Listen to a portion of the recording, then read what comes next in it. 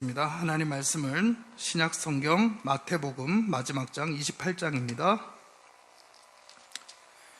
신약 성경 28장 마태복음 28장 1절에서 10절까지의 말씀입니다. 저에게 있는 성경은 신약 51쪽에 있습니다. 마태복음 28장 1절에서 10절, 우리 저와 여러분 한 절씩 교독하겠습니다. 안식일이 다 지나고 안식 후 첫날이 되려는 새벽에 막달라 마리아와 다른 마리아가 무덤을 보려고 갔더니 큰 지진이 나며 주의 천사가 하늘로부터 내려와 돌을 굴려내고 그 위에 앉았는데 그 형상이 번개 같고 그 옷은 눈같이 희거늘 지키던 자들이 그를 무서워하여 떨며 죽은 사람과 같이 되었더라.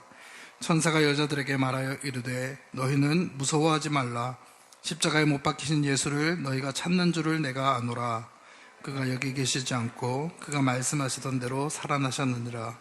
와서 그가 누우셨던 곳을 보라.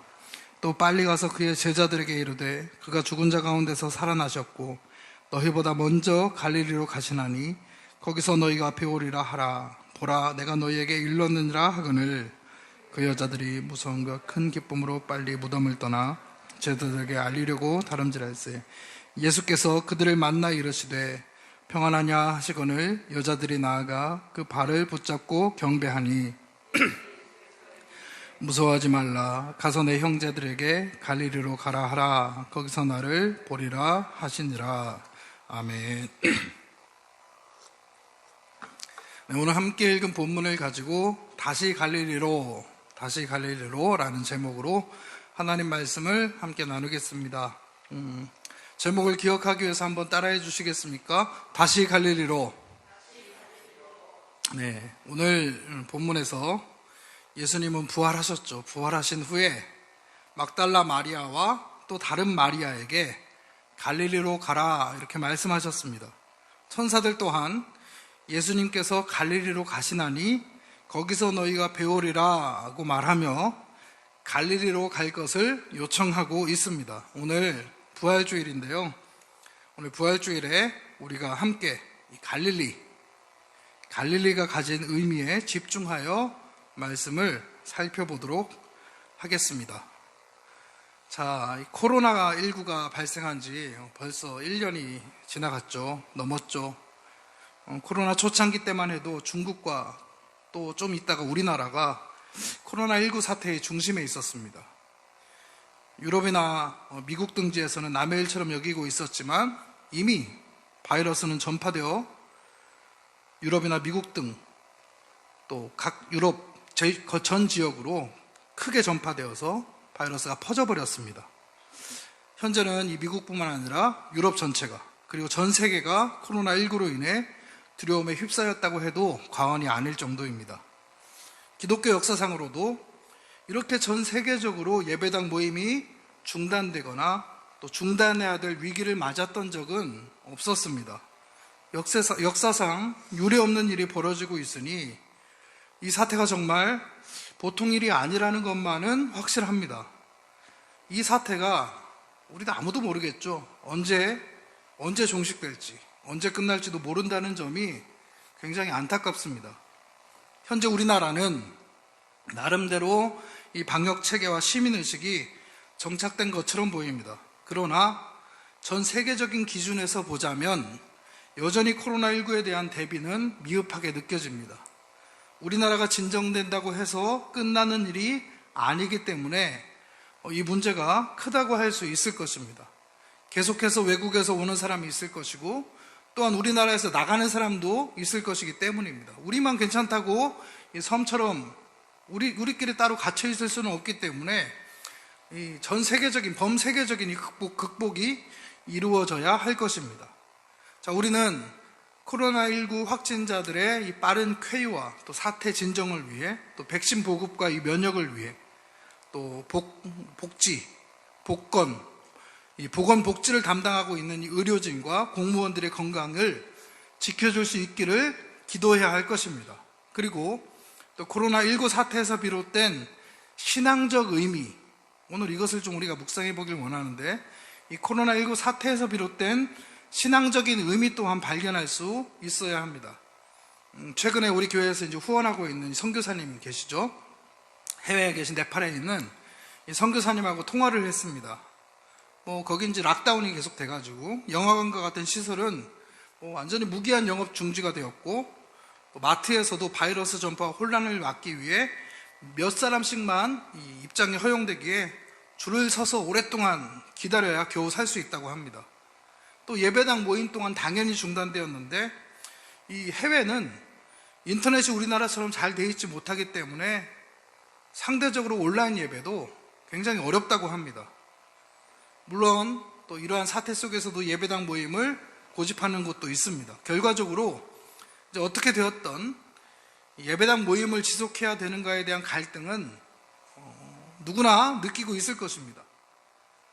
신앙적인 우리 관점에서 한번 보자면, 이러한 사태 속에서 발견할 수 있는, 지금 이 사태 속에서 발견할 수 있는 하나님의 뜻이 무엇일까요? 우리는 참새 한 마리도 떨어지는 것도, 이 참새 한 마리가 떨어지는 것도 하나님의 주권 아래에 있다는 것을 믿는 사람들이죠. 하물며 지금 벌어지는 일들은 역사상 유례없는 사태이기 때문에 결코 하나님의 주권 바깥에서 일어나는 일이 아닙니다. 전 세계적으로 이미 엄청나게 많은 사람의 목숨을 빼앗아가 버린 이 사태에 대해 하나님께서도 우리가 정확히 알 수는 없지만 분명한 하나님의 어떤 계획과 뜻을 가지고 계실 것입니다.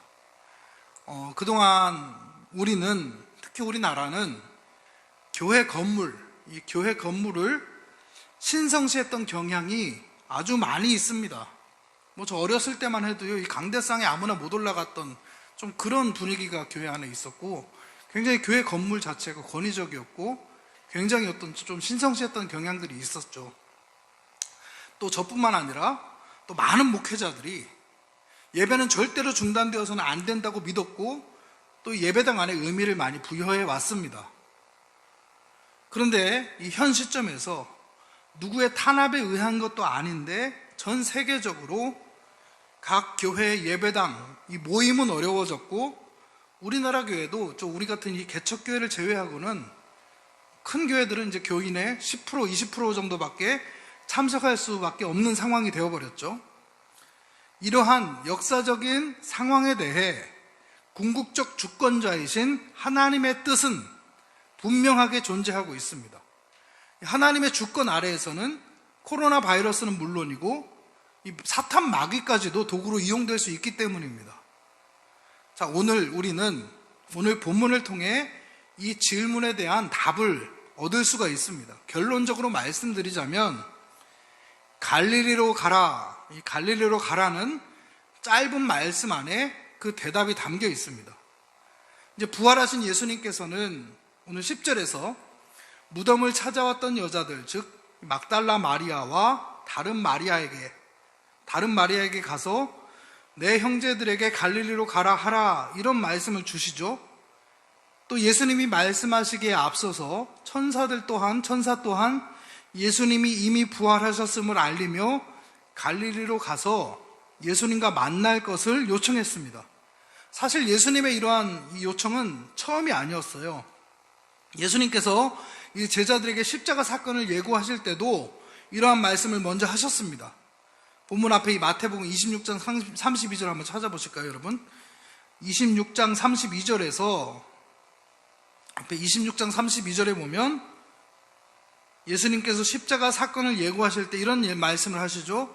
그러나 부활하실 것을 예고하시면서, 죽으시고 부활하실 것을 예고하시면서, 그러나 내가 살아난 후에 너희보다 먼저 갈릴리로 가리라, 이 하신 말씀이 있었죠.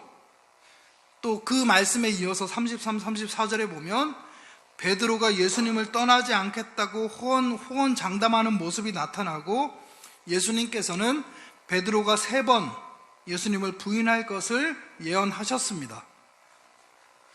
자, 여러분, 예수님께서는 왜 이토록, 예수님의 십자가와 부활이 중요한 사건이잖아요. 제일 중요한 기독교의 핵심인데 왜 여기서 이토록 갈릴리로 가라는 말씀을 강조하고 계신 것일까요? 부활주일 말씀을 고민하면서 준비하는 중에 지금 이 말씀이 우리 코로나19를 맞이하고 있는 우리에게 주시는 말씀이라는 생각이 들었습니다. 코로나19를 통해 전 세계에서 하나님과 예수님의 이름을 부르는 주의 백성들을 향하여 갈릴리로 가라고 말씀하고 계신 셈입니다. 우리 한번 여러분 스스로에게 한번 말씀해 보시겠어요? 입으로 따라하면서 갈릴리로 가라. 그렇다면 그 구체적인 의미에 대해서 함께 살펴보기로 하겠습니다. 자, 예수님과 제자들의 동행은 어디에서 시작됐죠? 그렇죠? 센스 있게 잘 몰라도 눈치로 대답할 수 있겠죠? 갈릴리에서 시작되었습니다. 그러나 그 동행은 십자가에 달려 죽으신 예수님께 이 제자들이 등을 돌림으로써 동행이 실패로 끝나게 되어버립니다. 이 3년 동안의 예수님과의 동행은 실제로는 십자가의 예수님을 받아들일 수 없는 마음 상태에서 그렇게 이루어졌던 반쪽짜리 동행이었던 것입니다. 갈릴리에서 시작된 예수님의 공생의 3년 기간 동안 예수님이 마음으로 걸으셨던 이 길은 제자들과는 목적지가 달랐습니다. 예수님의 이 모든 길은 십자가를 향하여 가고 계셨습니다.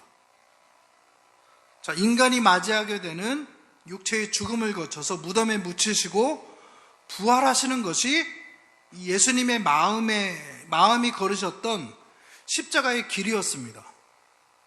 한편 제자들은 예수님과 같이 동고동락하고는 있었지만 제자들이 마음이 걸었던 길은 예수님과 달랐어요. 제자들의 마음이 걸었던 길은 이 조급의 독립이었고 다윗 왕국의 재현이었습니다. 자주 말씀드렸잖아요. 예수님을 정치적 메시아처럼 여겼다고.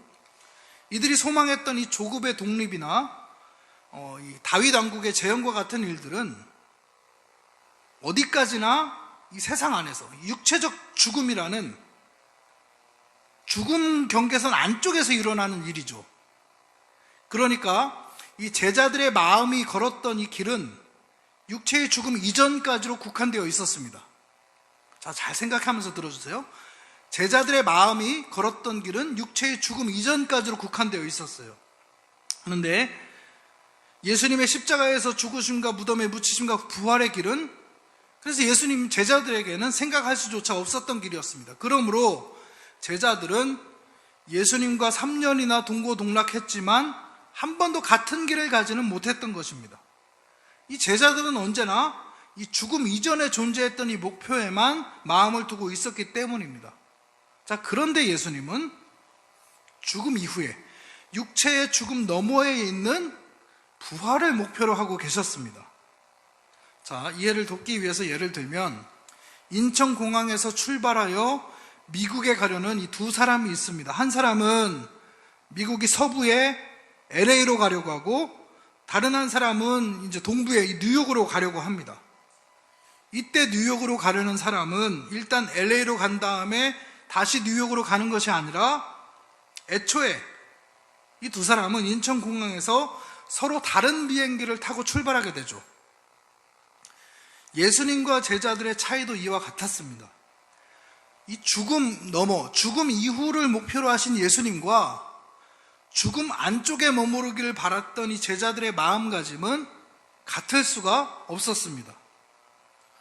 제자들은 예수님과 동행을 하다가 십자가 사건을 경계로 떨어져 나간 것이 아닙니다. 겉으로는 그런 모습이었을지언정 애초에 제자들의 마음은 예수님과 동행했던 적이 없었던 것이나 다름이 없습니다. 죽음 이후에 있을 부활을 향하셨던 예수님과 죽음 안쪽에서 세상에 대한 소원과 바람을 가졌던 이 제자들의 마음가짐은 완전히 달랐기 때문입니다. 이러한 차이로부터 갈릴리로 가라고 말씀하신 예수님의 말씀의 의미 또한 이해할 수 있을 겁니다. 여러분, 이 예수님의 이 말씀이 무슨 의미를 담고 있는지 이해하시겠습니까? 공생애의 출발지였던 이 갈릴리에서 만나자는 말씀은 예수님과 함께하는 여정을 처음부터 다시 시작하자는 의미였던 것입니다. 십자가에서 죽으시고 무덤에 묻히셨음을 아는 제자들에게 부활이 전파될 때에, 이 부활의 주님을 만났을 때에 비로소 제자들은 새로운 길을 깨달을 수 있었던 것입니다. 아마도 예수님께서 원하셨다면, 볼륨 조금만 내려주세요. 아마도 예수님께서 원하셨다면 6월절 행사가 진행되고 있었던 예루살렘에서 제자들을 만나실 수도 있었습니다. 그럼에도 불구하고 갈릴리에서 만나자고 하신 이유는 그곳이 바로 예수님과 제자들의 만남이 시작된 곳이기 때문이었습니다. 다만 말씀드렸듯이 갈릴리에서 시작되었던 예수님의 3년간의 공생의 기간은 진정한 의미의 동행은 아니었습니다. 그 갈릴리로 다시 부르심은 진짜 동행을 위한 이 출발을 시작하고자 하셨기 때문입니다. 그러니까 갈릴리는 예수님과 제자들이 만나는 장소요, 동행이 시작되는 장소였습니다. 자, 인천공항에서 LA로 가려는 비행기와 뉴욕으로 가는 비행기는 애초에 달랐기 때문에 처음부터 다른 비행기를 타야만 했습니다. 마치 이 비행기 표를 새로 끊듯이 우리 또한 부활하신 예수님과 동행하기 위해서는 이 마음이 갈릴리로 돌아가야만 합니다. 예수님과 동일하게 이 십자가의 죽으심과 부활하심을 목표로 삼을 수 있어야만 한다는 것입니다. 자, 코로나19로 인해 자유롭게 드렸던 예배와 모임이 많은 부분 중단된 상황에서, 자, 우리는 제자들과 같은 상황에 놓여 있습니다. 그러나 지금 이 상황은 예수님과의 새로운 동행이 시작될 수 있는 상황입니다. 결코 어두운 상황이 아니란 말입니다. 오늘날 우리가 처한 사태는 신앙적 메시지를 발견하고 마음가짐을 다시 시작하라는 예수님의 요청과 명령이 담겨 있다고 해도 과언이 아닙니다. 자, 여기까지의 말씀을 다시 한번 정리해 보겠습니다. 볼륨 조금만 올려주세요. 자, 갈릴리로 가라는 예수님이 분부하신 말씀에는 깊은 뜻이 담겨 있습니다.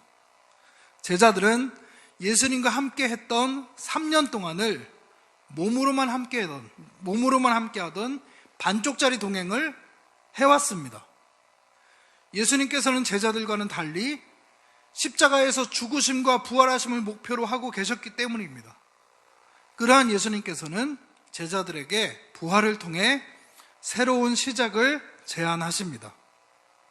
이제 예수님을 통해 십자가의 죽으심과 무덤을 지나 이 부활의 구간이 있음을 알게 되었으므로 그 길을 함께 가는 진정한 동행을 예수님께서 제자들에게 다시 시작하자고 말씀하시는 것입니다. 자, 이것이 바로 갈릴리로 가라는 말씀에 담긴 의미입니다. 즉, 몸으로 시작했던 이 반쪽짜리 동행에서 이제는 온 마음이 함께하는, 마음으로 함께하는 온전한 동행을 할 수 있게 되었음을 알려주시고자 하셨던 것입니다. 자, 그렇다면 여러분, 오늘 우리의 삶이 이 예수님과의 새로운 동행이 어떻게 우리의 삶에서 구체적으로 적용될 수 있겠습니까? 오늘 부활주일에 바로 이것, 예수님과의 새로운 동행, 다시 갈릴리로 가라는 것에 대해서 함께 생각해 보도록 하겠습니다. 이 제자들의 입장에서 보자면 십자가 사건 이전의 예수님과의 동행은 기적을 일으키시는 능력에서 시작하여 죽음 이전까지만 뻗어있던 길이었습니다. 자, 지금의 내용이 이해가 되십니까? 자, 제자들이 예수님과의 동행을 붙잡을 수 있었던 이유는 예수님께서 기적을 일으키시는 어떤 예수님의 능력 때문이었습니다. 그리고 그 능력을 통해 이 세상에서의 어떤 소원을 이루고자 하였습니다. 제자들이 그랬죠. 그러나 예수님의 죽음과 함께 제자들의 세상에 대한 소원도 결국 예수님의 죽음과 함께 죽어버린 것이 되고 맙니다. 자, 결국 부활하신 예수님과의 동행은 죽음으로부터 시작이 되는 겁니다.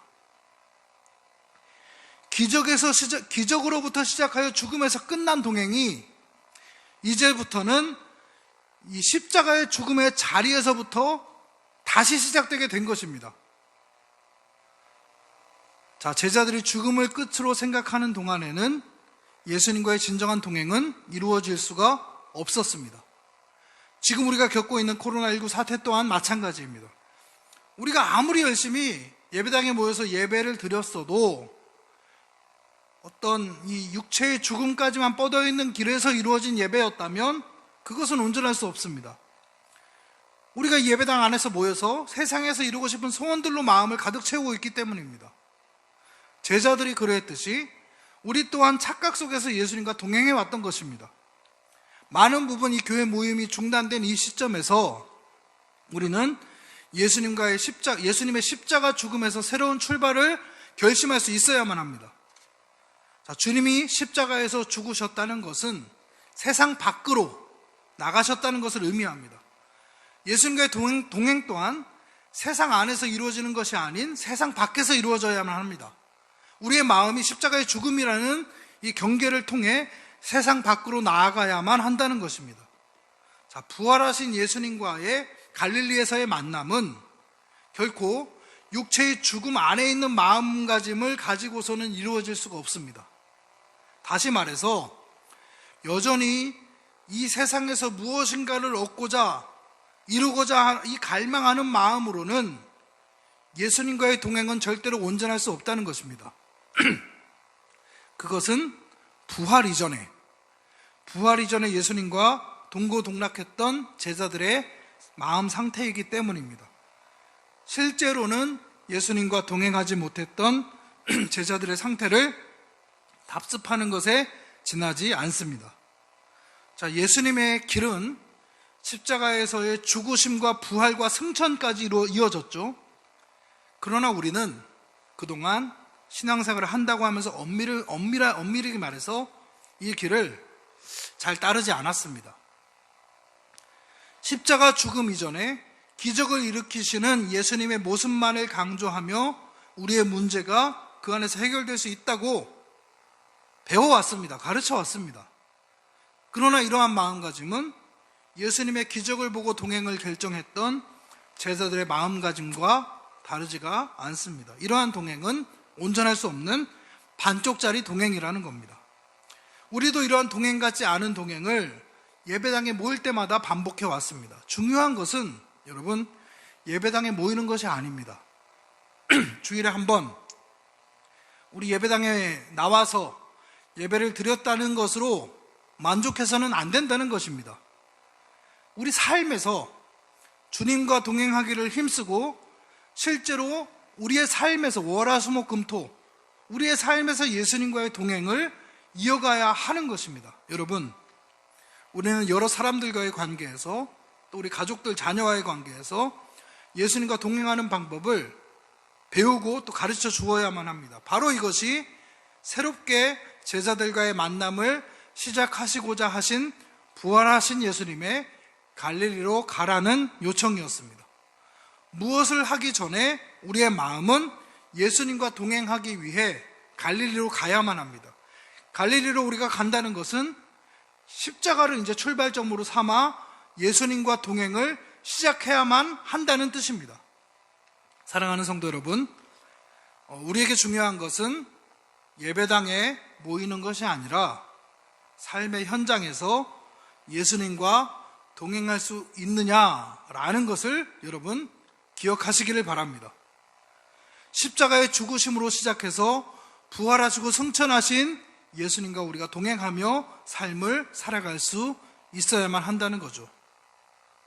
마음이 예수님을 따라 하늘 보좌 우편에까지 이르게 되면 우리도 하나님으로 우리의 마음이 채워지게 됩니다. 내가 마음을 들인 예수님께서는 하나님과 하나가 되어 계시기 때문입니다. 예수님이 전적으로 하나님으로 채워져 있기 때문에 예수님 안에 들어간 우리의 마음에도 하나님이 들어오시게 됩니다. 자, 그럴 때에 나의 어떤 인격, 지정의와 언행은 하나님의 주권 아래에 놓이게 됩니다. 하나님께서 나의 지정의와 언행을 주관하셔서 우리의 모든 사람들과 관계에 나아가실 겁니다.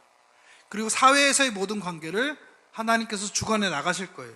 이제 비로소 공생애 때의 예수님과 같이 나도 나의 공생애를 살아가게 되는 것입니다. 자, 우리는 그동안 건물 중심의 예배당의 모임을 신성시 해왔습니다. 번듯한 예배당을 지어놓고 그 안에 많은 사람들을 모이게 하는 것을 중시했습니다. 한국 기독교가 열심히 활동들을 해왔지만 엄밀히 말해 예수님과의 동행에 대해서는, 삶에서의 동행에 대해서는 약했던 것이 사실입니다. 우리는 그동안 예수님을 믿는다고 하면서도 예배당에 나오는 시간 외에는 삶에서 예수님과의 동행을 해오지 못했고, 알게 모르게 우리가 예수님과 함께하지 못하는 동안 예수님을 만나지 못한 수많은 사람들이 예배당 조직을 떠나는 지경에 이르게 되어버렸습니다. 하지만 예배당 조직을 떠난 그들 중에서 여전히 하나님과 예수님의 이름을 붙잡고 예수님을 바로 믿고자 노력하는 사람들이 많이 있습니다. 수많은 이 가나안 성도들이라 그러죠. 가나안 성도들 중에서는 참된 예수님의 가르침을 열망하며 그런 교회를 찾는 사람들이 많이 있을 것입니다. 우리 김우현 성도님도 이렇게 돌아오신 거잖아요. 이런 분들이 많이 있을 거예요. 자, 여러분, 잃어버린 그들이 속히 온전한 교회에 나와서 다시 나가서 신앙생활 하게 되기를 또 우리가 기도하고 그들을 다시 전도해야 합니다. 사랑하는 여러분, 출발점은 십자가예요. 십자가가 출발점입니다. 갈릴리로 가라고 말씀하신 예수님의 말씀의 의미를 우리의 삶에 적용할 수 있기를 바랍니다. 죽음 이전까지만 동행하고자 했던 제자들과 같은 마음을 가진다면 예수님과의 진정한 동행은 이루어질 수 없습니다. 그렇다면 제자들과의 3년간은 예수님에게 이 공생에는 아무런 의미도 없었던 것일까요? 이것은 예수님의 공생의 의미에 대한 중요한 질문이기도 하죠. 근데 그 3년간은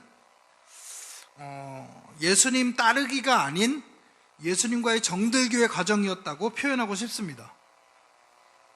이 3년 동안 제자들이 예수님을 따라다니면서 그래도 예수님을 좋아하는 마음을 가지게 되는 그런 기간이었던 것입니다. 예를 들어 이 자녀가 성인이 되면 독립을 하게 되죠. 언제까지고 부모가 자녀의 길에 동행할 수는 없습니다. 그렇다고 해서 이 자녀에 대한 사랑이 사라지는 것은 아닙니다. 여전히 우리는 자녀를 사랑합니다. 제자들의 이 3년은 예수님에 대한 정들기의 시간이었습니다. 예수님의 말씀대로 베드로는 닭 울기 전에 예수님을 3번 부인하게 됩니다. 그리고 그러한 자신을 괴로워하며 통곡합니다. 그렇게 뿔뿔이 흩어진 예수님의 제자들의 유일한 소원이 있다면 다시 한번 주님을 만나는 것이었습니다. 그렇게 예수님을 좋아하던 제자들을 부활하신 예수님은 다시 갈릴리로 가서 만나 주셨습니다. 자, 말씀을 이제 정리하겠습니다. 사랑하는 성도 여러분, 여러분에게 선택지가 이 두 가지 주어졌다고 한번 가정해 보겠습니다. 첫 번째는 이 죽음 이전까지 세상에서 원하는 모든 것을 얻는 대신에 예수님을 포기하는 것입니다.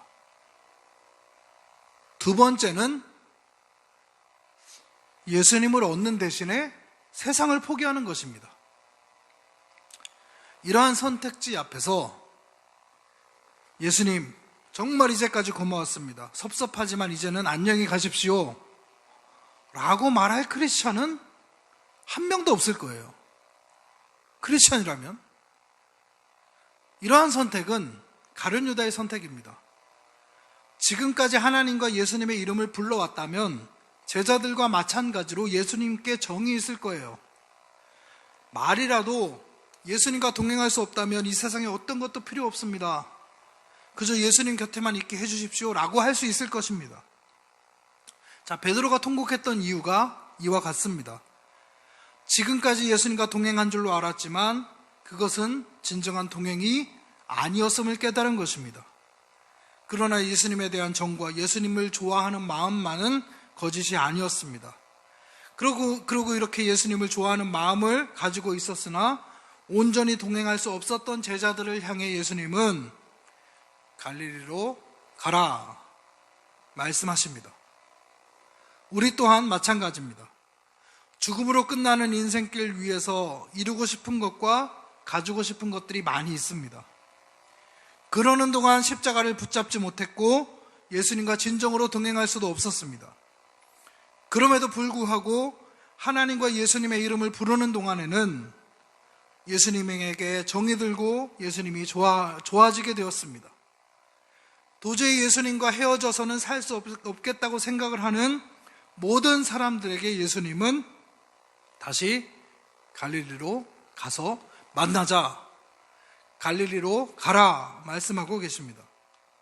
예수님을 좋아해서 우리 예수님이 가셨던 걸음걸음을 따라가기를 원하는 사람이라면, 예수님의 제자가 되기를 원한다면 지금도 누구나 갈릴리로 가라는 것입니다.